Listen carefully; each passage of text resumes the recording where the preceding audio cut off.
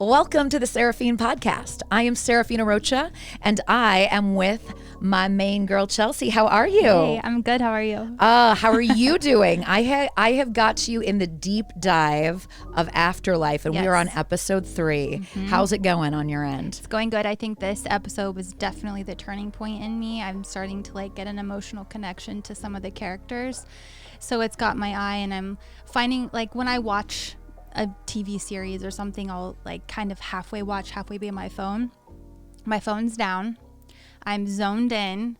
I'm rooting for Tony all the time and other characters, which I'm sure we'll get into now. But yes, I'm definitely on the train of the Afterlife train. He is. I'm so glad you're loving it. I keep reading and seeing on his Instagram, they're shooting season 3. And we're going to be kind of right on pace, I think, when this starts to launch, where people, if they haven't watched it, please go right back to episode 1, watch it. The show it's changed my life. But we're going to go into it. Episode 3 we're talking about today. So it starts out with a gentleman and his wife was murdered. And it's so interesting because there's this theme that goes throughout that are these muggers. And you really don't know who exactly the muggers might be, but how they interweave it. We'll interweave it into episode 4. It's pretty interesting. But it starts out with this funny water stain on this guy's wall, and Ricky Gervais for the Tambury Gazette has to interview him because the water stain looks like Sir Kenneth Branagh. And this guy is like, oh my God, you've got to come see it. And Ricky Gervais is like, your wife was just murdered by muggers. And this is what you find. This is the story that you're coming to us with. Yeah, and this is where you find joy. Where did your brain go with that? Well, when people, it kind of I think that is related to in life. Some people will see a shadow or something. They're like, oh, that looks like Jesus. Oh, that looks like this. So he was really stretching for that one. And so random. And the figures that people traditionally will see in shadows and stuff, they're very identifiable. Yeah. But this person, or Tony, talks about how he's just beige. He's just very blobby features, like a basic white dude. Looks like a normal person. How did you come up with this random man? So, and then when Tony and them find out that his wife was murdered by, it's kind of a tragic story, but they're like, wait, this is the story that you come with us about. Your wife that's the story. But because the Tambury Gazette is more of a tabloid type newspaper that no one really reads, that's more of the thing that someone's gonna. Well, and it's oddity, but it's also this sense of, I think, looking for spirituality, a silver lining and signs. I think that's what I got from it, because I thought about, remember the whole craze of Jesus Christ on toast?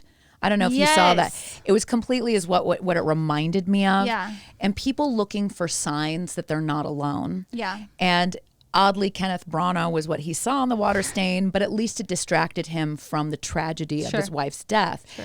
But again, when we're going into it, I'm like, where the hell is this going? Yeah. So the episode keeps kind of going, and we see him kind of exit out of the house, and he sees the guy, I forget his name. He is the drug addict. Julian, that's right. And he is in a garage, and he's talking to this voluptuous blonde in a leopard dress, and she's they're hanging out by this garage where he's living. Yeah.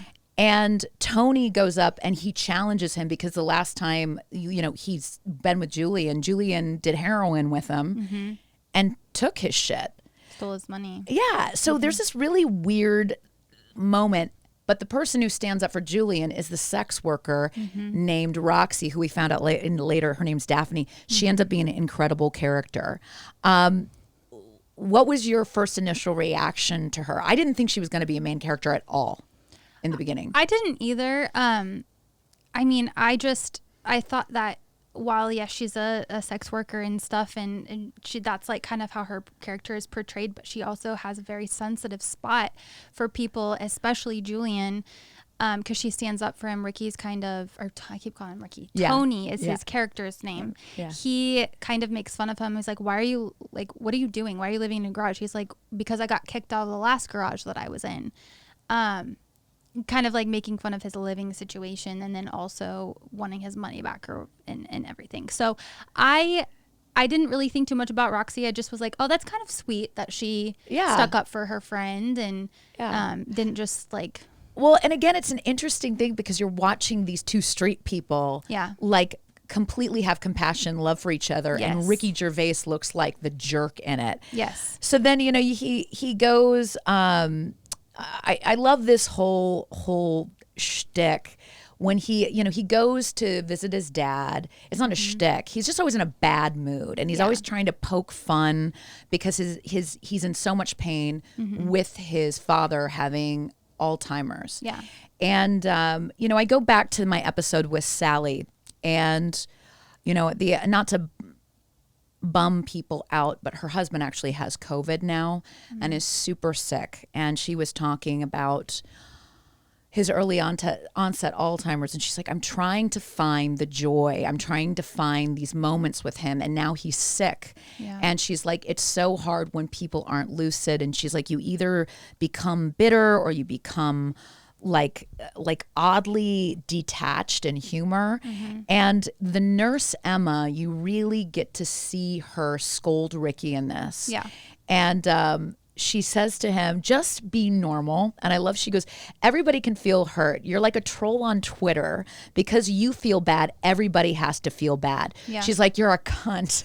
I was like, and I love that she tells him this and makes him aware that like, just because he may not be lucid, that he still has feelings. Totally.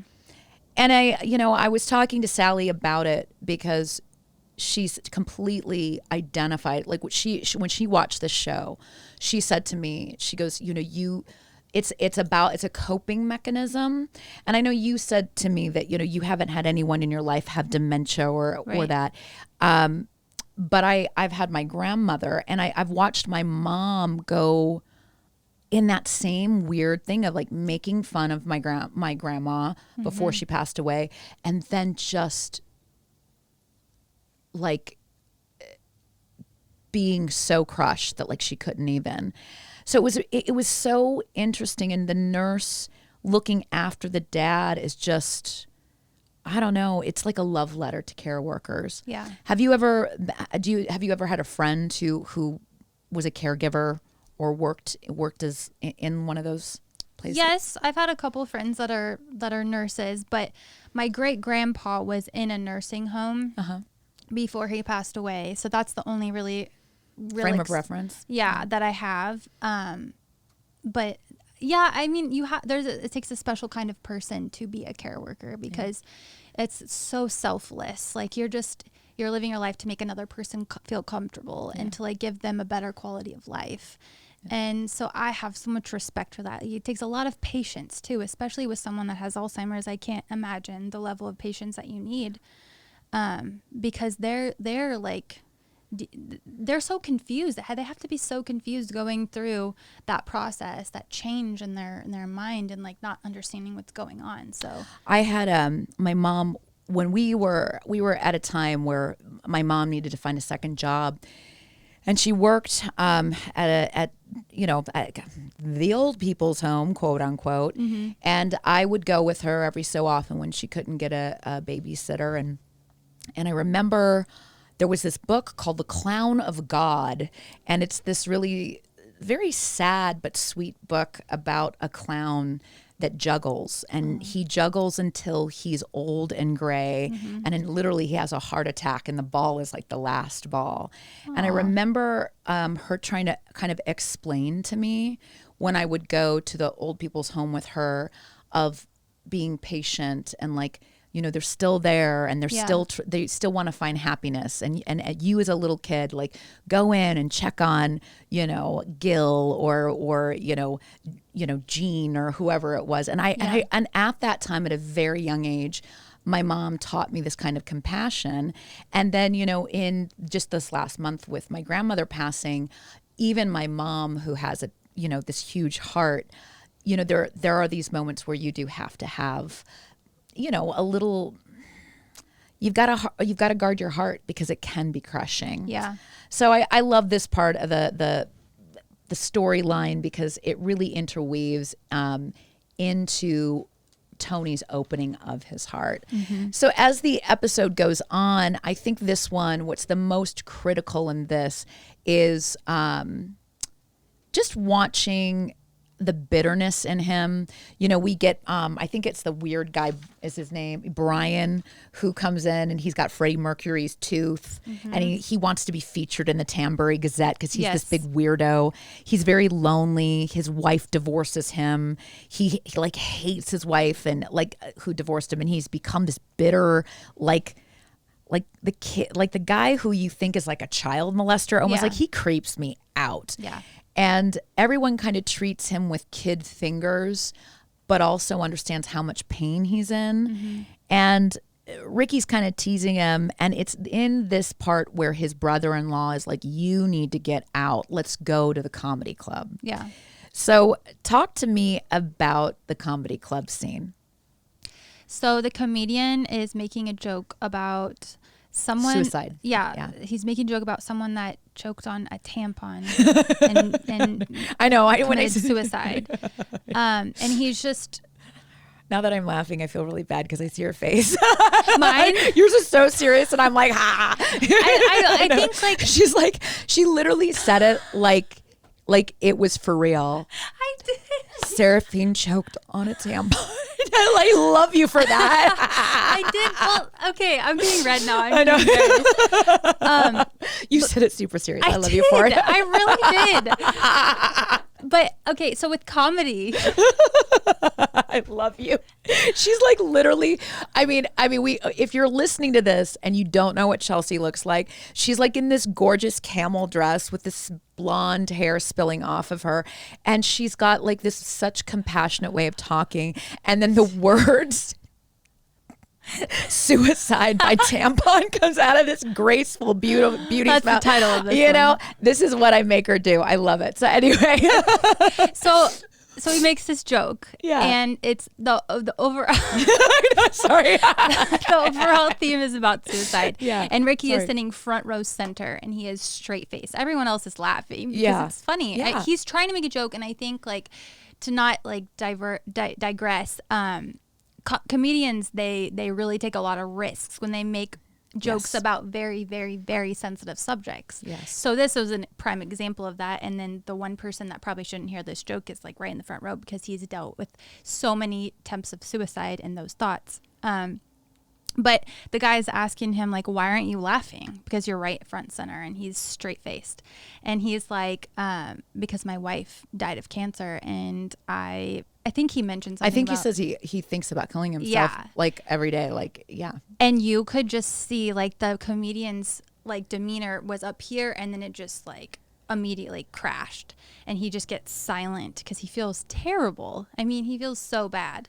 And then he makes a joke about an umbrella. Yeah, and it was super awkward. God, it was so awkward. And the brother-in-law, you know, was driving him home, and he's like, "Why did you have to do that? Mm-hmm. You know, I'm trying to make you happy," and your heart in that moment is like so torn because you see the comedian, and I immediately think about Ricky Gervais and how he is really from the get-go one of the comedians that really put himself out there making very unpopular jokes. Yeah. I mean, to the Hollywood, I mean, just going to the Golden Globes. And now that we have more of comedy that is more TED Talky, that people start to really talk about the pain that comes from jokes and why we make jokes and how it's important not to be the butt of the joke, but to have control of where it's going. This show came before a lot of that kind of humor. Yeah. And I love that he touches on it here because it really has changed the face of comedy, I think. Well, and that's kind of how we got on talking about comedians is because we talked about like the pain that they have inside and why they make these jokes. So this like kind of overall theme of this show is to show the more like deep, dark side of Ricky Gervais, the comedian.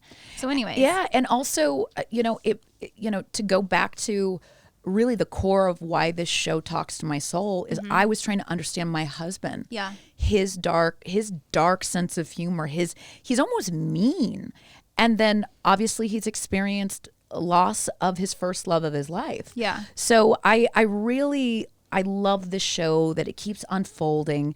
It ends with the heroine, Guy Julian, again, and they find out that they have one thing in common, and that's what?